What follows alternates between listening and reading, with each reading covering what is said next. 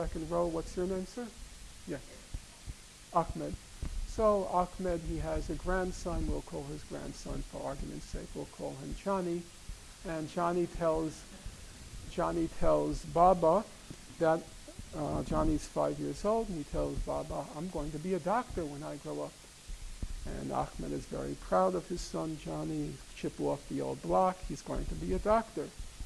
Well, Johnny starts going to school. He's not really the brightest light on the circuit.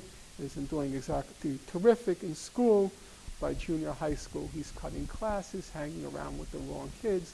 By the time he's in high school, he's involved with gangs and dealing drugs, robs banks, kills the tellers, goes before the judge, gets sentenced to life, and then Ahmed, I see how sad your eyes are.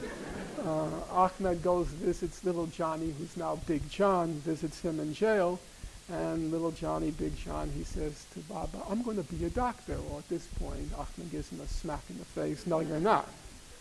So some of you are wondering, well, what does that have to do with the peace process? And maybe I took an excessive amount of mind-altering drugs. But no, it has everything to do with the peace process, because little Johnny's odyssey lasted about 17 years before he was locked up. And this so-called peace process has lasted about 17 years also. It's said to have begun in September 1993 with the famous White House handshake, the Oslo Peace Accord, and so forth. And over again, they keep talking about the peace process, the peace process, the peace process, like little Johnny, I'm going to be a doctor, I'm going to be a doctor, I'm going to be a doctor. But a rational person doesn't judge a process by what people say. A rational person judges by results, by outcomes, by actions. Not what little Johnny says he's going to be, but what little Johnny is doing. So let's apply that basic principle to the peace process. In 1993, when the process was said to have begun, there were 250,000 illegal Jewish settlers in the occupied Palestinian territories. 17 years later, there are now 500,000 illegal Jewish settlers in the occupied Palestinian territories. The number has doubled. According to B'Tselem, the Israeli Information Center for Human Rights in the occupied territories, Israel has annexed 42% of the West Bank for the settlements. So if you look at outcomes and results, there's not been a peace process, there has been an annexation process. That's what you see when you look at results and outcomes. And in fact, the annexation process, it needs the peace process. Because were it not for the peace process, the annexation process couldn't go on. What do I mean? Every time Israel's called to account for its settlements, for its settlement expansion, for its settlement growth, what does Israel say? It says we'll resolve it in the peace process. And so the peace process enables the annexation process. Some of you are thinking, but wait a minute, maybe that's true for the past, but haven't things changed now? Isn't it true that there was a settlement freeze for 10 months? And aren't we trying now to extend the settlement freeze? Well, was there a settlement freeze? The settlement freeze technically began in November 2009 and extended to September 26, 2010.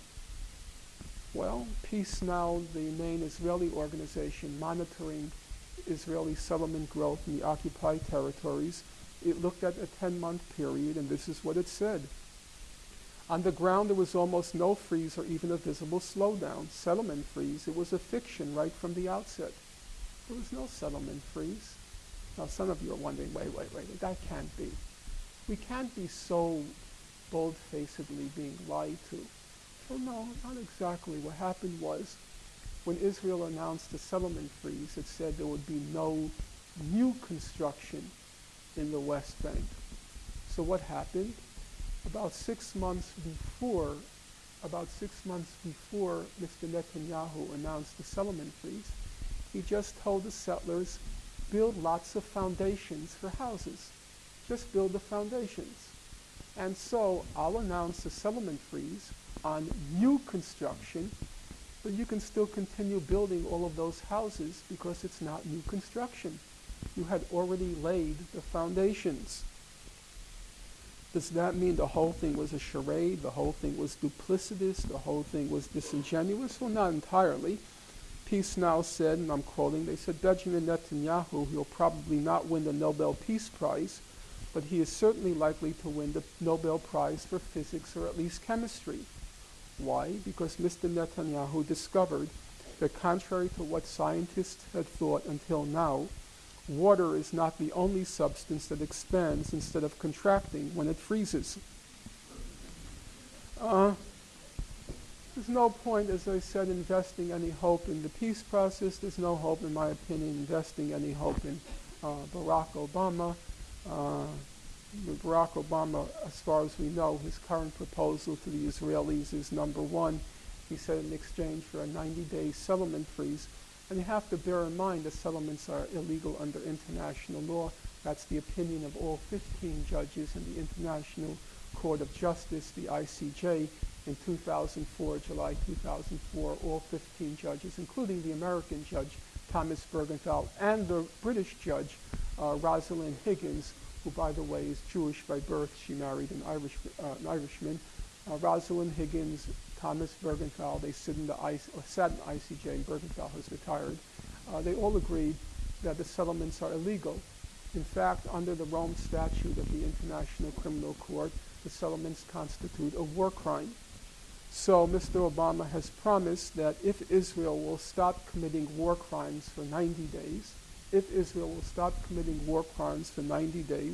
they'll get an automatic veto in the United Nations, they'll get an additional $3 billion in aid, and Israel will commit itself to the U.S. will commit itself to never again asking Israel to stop committing war crimes, to stop building settlements in the occupied territories. So it seems to me our challenge is to muster sufficient political will so that Mr. Obama, your own head of state, that they do the right thing, or at any rate, they stop doing the wrong thing, regardless of what they want to do. When you focus on the powers on high, when you wait for a Messiah, even a black Messiah, it's a confession of impotence. The simple but fundamental truth of politics, and here I say it as a non-believer, the simple but fundamental truth of politics is God helps those who help themselves. We have to act, we have to do something. And there are many very impressive people in this room who I know and who are actors. I don't know enough of them in the British scene, but I see Nancy in the back, Nancy Lay, Shadia Mansour, Jodie McIntyre. They're the examples we should be looking at, and I mean that seriously. We're completely wasting our time, and we shouldn't waste our time because time is precious and energy is precious on these meaningless sideshows like the so-called peace process. I've been at this for about 30 years now. Sometimes I despair, sometimes I feel hopeless, and a lot of time I wonder was it the wisest choice I made in life to spend about 30 years on this tiny pinprick on the world's map called Israel-Palestine. Total population, at least in the occupied territories in Israel, the size of Cairo, not even the size of many a city in China. And why invest a whole life in that? And there's a lot of reason to be hopeless and despairing, but I think there's also a lot of grounds for hope now. Public opinion is changing. Jewish public opinion is changing. Jews outside Israel, Jews tend to be liberal. 80% of American Jews vote for Barack Obama, which was a higher percentage than even Latinos who vote for Barack Obama. Jews are by far and away the richest ethnic group in the United States, so they voted with their pocketbooks. They should be voting Republican, certainly much more so than Latinos, who are among the poorer ethnic populations. But no, Jews are liberal. And being liberal means you support the rule of law, you support equality under the law, you support human rights. Amnesty International is a liberal organization. Human Rights Watch is a liberal organization. You support international organizations. And Jews have found it more and more difficult to reconcile their liberal ideas, ideology, with Israeli actions. It's just not possible any longer. You're a young person at Oxford University, you're Jewish, you're liberal. You don't want to have to defend dropping white phosphorus on hospitals. It's just, if you're a right-wing thug, okay, you can do it, but Jews are liberal. And so public opinion is changing. And we have a real opportunity now. We have a real opportunity to reach the public, to reach deep inside the public, to reach the mainstream. And we can achieve that if we do, in my opinion, two things. Number one, we have to be principled. And principled means that you support the rights of Palestinians, which have been endorsed by international law. The law is very clear on what rights Palestinians have. It's been decided upon the highest judicial bodies in the world, and the mainstream human rights organizations, and in the UN General Assembly, the most respected and most representative institutions in the world. Palestinians have the right of self-determination in the whole of the West Bank, Gaza, and East Jerusalem. Those are, according to the International Court of Justice, the whole of the West Bank, Gaza, and East Jerusalem. Those are occupied Palestinian territories. The settlements are illegal under international law, and the Palestinian refugees from 1948 and 67 and successive generations which have maintained genuine links with the land, they have the right to return and compensation. That's the law. And being principled means, in my opinion, to uphold the rights of the Palestinians. Nobody has the right to tell Palestinians that they have to forfeit any of their rights in order to achieve a settlement. No, your obligation is, or our obligation is, to support their rights because it's their rights. If you don't want to support their rights, then in my opinion, and this may sound a little crude, then you should shut up. But you don't have the right to tell Palestinians that they have an obligation to forfeit their rights. On the other hand, we have to be reasonable. We have to show the other side, we have to show Israel, and we have to show its supporters. There is a way out. This conflict does not have to go on through eternity. It simply requires that we respect the rights of and respect the human dignity of the people of Palestine. If you respect their rights, you respect their human dignity, then there is a settlement that's possible of the conflict. The late Professor Edward Said, at the end of his life, he liked to quote the Caribbean poet M.A. Cesar, that there is room for everyone at the rendezvous of victory. It's a quite beautiful line. I think there's room for everyone at the rendezvous of victory. And there is room for everyone. Just be reasonable. Just be decent. Just respect the dignity and the humanity of the people of Palestine. If you're willing to be reasonable, willing to be decent, and there's room for you at that rendezvous of victory. We're not talking about victor and vanquished. I don't want to be victor over anyone if it means there's somebody vanquished.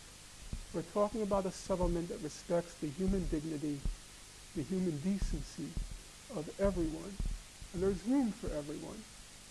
Now, I'm determined that I'm going to get there at that rendezvous of victory. Now, I'm not sure if I'm going to walk to it. I'm not sure if I'm going to need a cane. I'm not sure if it's going to be on a wheelchair.